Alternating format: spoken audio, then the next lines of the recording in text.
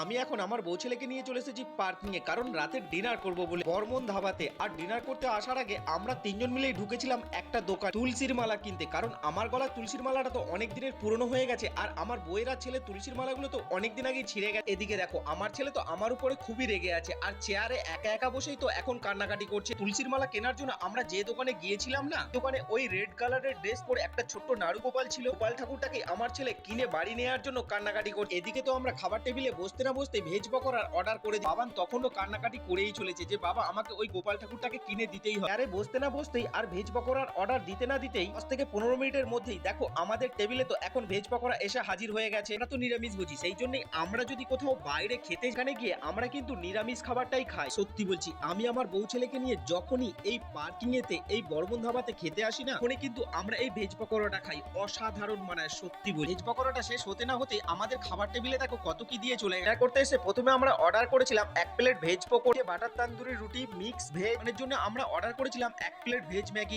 এখন তো আমরা ডিনারটা কমপ্লিট করব, আর বাইরে তো ঝিরঝির করে বৃষ্টি হচ্ছে। বর্মন ধাবায় খাবারগুলো যা বানায় না খুবই সুন্দর, তার সাথে সাথে রেট